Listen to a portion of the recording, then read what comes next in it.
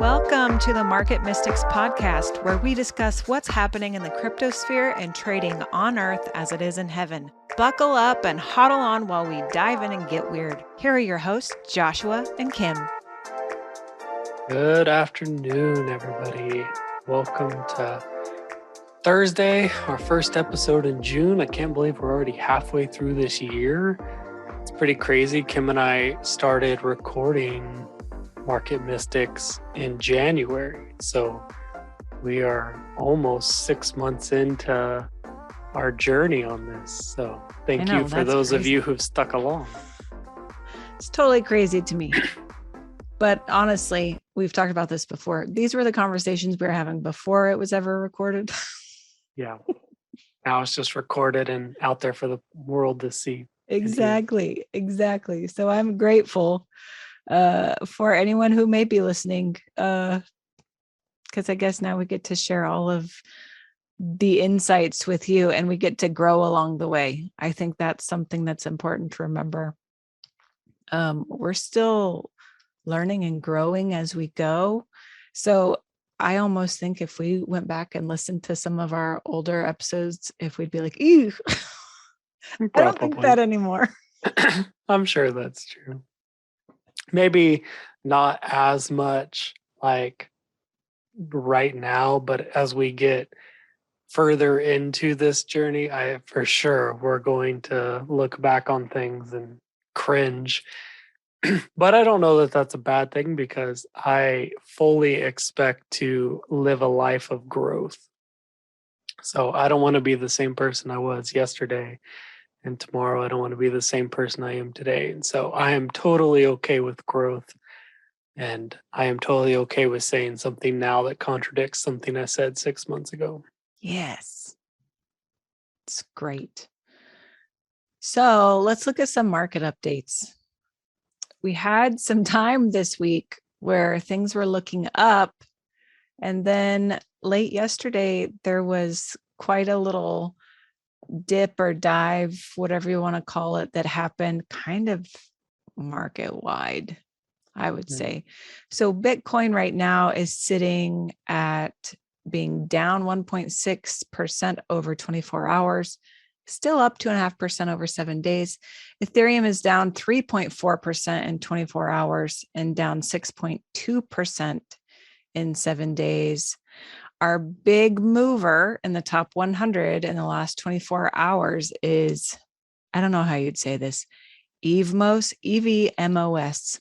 It's up 10.1% in 24 hours and 71.9% in 7 days, which is quite a significant move given the market status. Yeah, for sure. So just a little bit about EVMOS. It says that it's bringing the world of Ethereum-based applications and assets to the interoperable networks of the Cosmos ecosystem, all while aligning developer and user incentives. So kind of a bridge platform, sounds like, between Cosmos and Ethereum. Yeah, I think that's cool. Cosmos is a coin that both of us have from time to time invested in, and so I think it's neat to see things connected with that. Absolutely. I'm always encouraged to see the bridges that people build, right? Because sometimes these blockchains can seem very isolated. Maybe I think that's the word I should use, isolated. Like if it's on Ethereum, it's only on Ethereum and you can't get off of it. But there are these companies who are building this technology to build bridges so that they can transfer between ecosystems and blockchains and streams or whatever you want to call it. Yeah, I think as we come into a world that is full of digital assets, that becomes a more important problem to tackle. Mm-hmm. Just because, I'm just thinking like NFTs for one are an example, but like maybe you want to switch those around and it's really hard right now and you might feel stuck with some of them. And but even just in the future, as more things are digitized, I think this type of technology, this bridge technology will be more and more important. Absolutely. And for the record, because you know how much I like talking about Luna, I'm still going to call it Luna, at least for a little while. It's like, Not going to buy into the lunk. I don't, it just sounds bad. LUNC, lunk. Okay, so with Luna, this is one of the things I really liked about Terra is they were all about building bridge platforms. And I like that, like I said earlier. And so I'm encouraged when I see other technologies like this as well. Exactly. Mm-hmm. Exactly. Well, what's on our agenda for today, Kim? Well, I will tell you the name of our episode today is Little Ripple, Big Waves, which I love, by the way. Ripple is a coin, well, a company behind a coin, XRP, right, which probably you've heard about. If you've been in the crypto space for any amount of time, you've probably heard of XRP. It's actually a coin that's near and dear to us, but we don't talk about it much. Kind of interesting. I think we've probably talked about it before, but it's not one we commonly talk about. Yeah. It's not like our Luna that we always talk about. Right. But Ripple, Ripple's the parent company of what is XRP. And I got this article this week that I kind of loved. And so I'm going to read to you a little bit about what it said. So RippleNet, which is a division of Ripple, which is the company behind XRP, their general manager, Ashish Burlam, said in an interview last week with Truth DAO, "We've had a banner year," he said, referring to $15 billion worth of payments facilitated by RippleNet so far in 2022. And then he said this, and this is what made my jaw drop.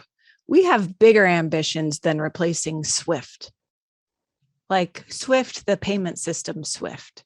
Like SWIFT, the system that communicates between credit cards and banks and all the different financial institutions. Ripple is planning to replace SWIFT, number one. And number two, that's not their biggest project. Yeah. Talk about big ambitions. Right? I don't know. I was really encouraged by this because more and more, the more I think about some of these centralized systems or systems that have been in place for a while that have kind of had a monopoly on our payment systems or our finances, things like that. I kind of like the idea of something coming in and offering good competition to that. Yeah. And you can see how influential SWIFT is simply by looking at the Ukraine-Russia conflict that's happening right now and how they decided they were shutting down the SWIFT system for Russia and Russian citizens, and how devastating that was, because if they held any digital assets, they could not spend them. Mm-hmm. They couldn't transfer them just simply for being Russian citizens. And even Russia as a country didn't have access to some of the foreign currencies that they were holding because of that. Yeah, it's wild. So that's the kind of widespread influence that SWIFT has, which in some instances could be really great. In other instances, if used improperly or manipulated in the wrong way, I think it could cause massive devastation. So I guess I like the diversity of having other systems out there that could give it a run for its money. Punny, right? I love it. Yeah, there's something. Both of us have been drawn to Ripple. Both of us have in the past invested in Ripple, and it can be a little bit challenging right now because Ripple is dealing with a lawsuit with the SEC, which has been going on since 2020. And that lawsuit was caused because the SEC sued Ripple for failing to register $1.4 billion worth of XRP as securities. And this is one of this is such a common topic among crypto and NFTs, is what is defined as a security, because you have Ripple, who is in the middle of a lawsuit for having securities, but then you have other cryptos who have done very, very similar things who aren't experiencing those same lawsuits. And so it's sort of a something to keep your eye on, because probably how this lawsuit ends will set a precedence for how other cryptos are treated and handled in courts, following. Absolutely. And I like to keep an eye on the progress of this suit. Like when I see an article that comes out from any one of the many crypto news, I don't know, sources, I suppose, I like to see what's happening. And the latest thing I could find is that there has been found some conflict of interest for one of the attorneys working for the SEC, because he had a hand in some stuff going on with Ethereum and investment in another law firm that was, I don't know, some sort of conflict of interest. And so they're saying it may completely ruin the SEC's case against Ripple or XRP. And so who knows? They're also estimating that this will drag on until 2023, which is a crazy long lawsuit. And if you know anything about XRP, they've been pretty much blacklisted in the US. Yeah. I could be misinformed on this. I personally know of one platform that you can buy it freely as an American citizen with all of the KYC stuff and everything like that. But things like Coinbase, crypto.com, these big exchanges that Americans have access to, they don't Delisted it. They delisted it. It was on there. It was one of their biggest coins on there, and they completely took it off. So it's also wild to see, for the record, even though it's been delisted in the US for so many exchanges, it's still the number 7 coin globally by market cap. Yeah. It is still widely traded, just not necessarily in the US on these big name exchanges. Yeah, I think that's definitely something to keep in mind when you're looking at it, is the power that it wields globally. If the majority of the US market can't touch it and it still has that position, then one, that tells you how big the market is internationally, and two, shows you that it still has value. Right. Well, and based on what it's created for, Ripple was created to connect banks, payment providers, and digital asset exchanges, enabling real-time settlement, expeditions, and lower transaction fees. So it's kind of like Swift, but faster and with the settlement process as well. So Swift communicates and says, there's this money here, there's this money here. It sends messages back and forth, but it doesn't settle transactions. But this is what Ripple's doing, is taking kind of both pieces of that, making it happen and expediting it, making it quick. So if you look at the technology behind the coin, behind the company, you can see why it has such a global Draw. Yes. Reputation, kind of. Yeah.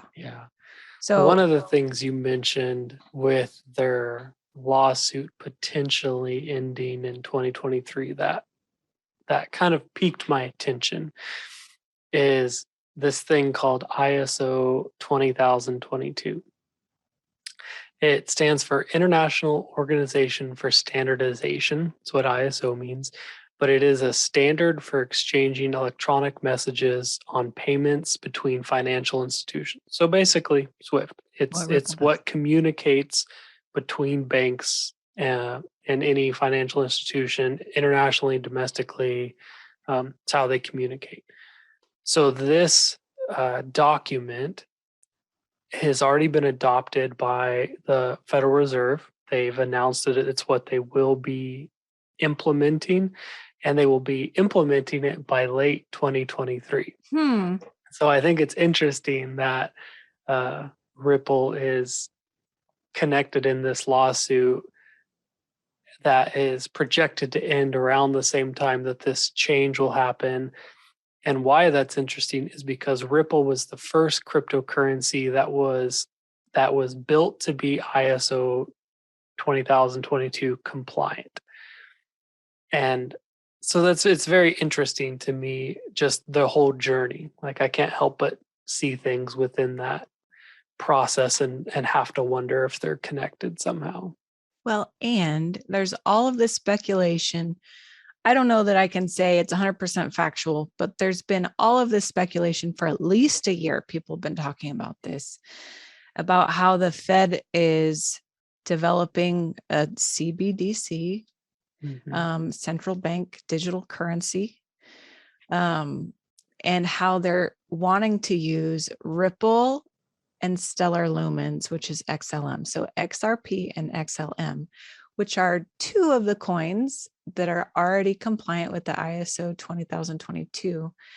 But also interesting that the Fed is already wanting to use these two technologies, but it's still wrapped up in this federal lawsuit with a federal agency. Like, Yeah. there's something here that Right. just makes you think, what is happening? There has to be some other something going on with this, right? It doesn't seem like it could be that cut and dry. I don't know. Yeah. It's always interesting when two federal agencies sort of uh on the outside seemingly are going against each other. Like, Right. seems like there's got to be a reason for that. Right. Um, I mean, not that the so Fed is a federal agency. It just right, has a hand. It has a lot of influence and a huge hand in the US government. right, Just does. yeah, it's very very interesting. So one of the things I wanted to mention is, even though the Fed is seemingly supporting Ripple, while the SEC is seemingly attacking Ripple, I think it's our job as mystics to be able to stand in the gap and not be polarized and say that one of them is always evil and one of them is always good. Because, I mean, our hope in bringing reconciliation and bringing redemption to the earth and to the systems is that the things that were used for evil would be used for good. Mm-hmm. And so I would encourage people to do their own research about Ripple and XLM and all these coins we've mentioned, and to do their research on ISO 20022 and the Fed and the SEC, and really sit with that information and zoom out a little bit. Mm-hmm. Because when we get focused, we get hyper focused on details and we forget to zoom out and see the bigger picture.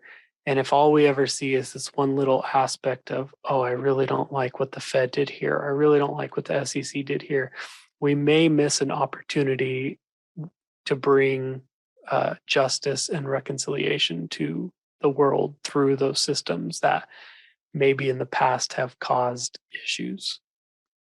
It's so good.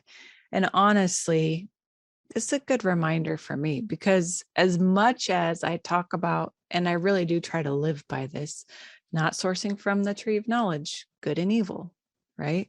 But sourcing from the tree of life, where I look for life on things. Mm. This is one of those areas that I think my soul has had enough influence, like with the Fed and it being centralized, and having heard about or learned about some of the families who have controlled this and the people who've controlled this and corruption that has been there, I've lost a bit of that perspective of looking for life in it. Mm. and even having hope or faith for the redemption, that it doesn't always have to be considered evil or corrupt or anything like that. I need that correction. Just like we were talking about our episode on Monday. This is why we're friends. This is why we need community, because sometimes you go down the rabbit hole and you get so far in that you start making these polarized mindsets and you kind of lose sight of who you are, who you're meant to be, how you're meant to function, some of those things. And it's helpful to have people around you who can pull you out of that and like give you the perspective again. So I appreciate you, Josh. Thank you.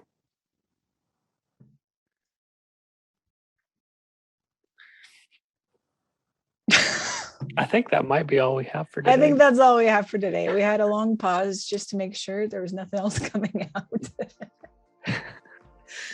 All right. Well, enjoy your weekend, everybody. We will see you on Monday. Thanks, guys. Thank you for listening. Join us every Monday and Thursday as we discuss trading on earth as it is in heaven. If you want to connect further, follow us on social media at market.mystics for Instagram and TikTok, and search for Market Mystics on YouTube and Facebook. If you still need more, follow the link on Facebook to book a coaching appointment.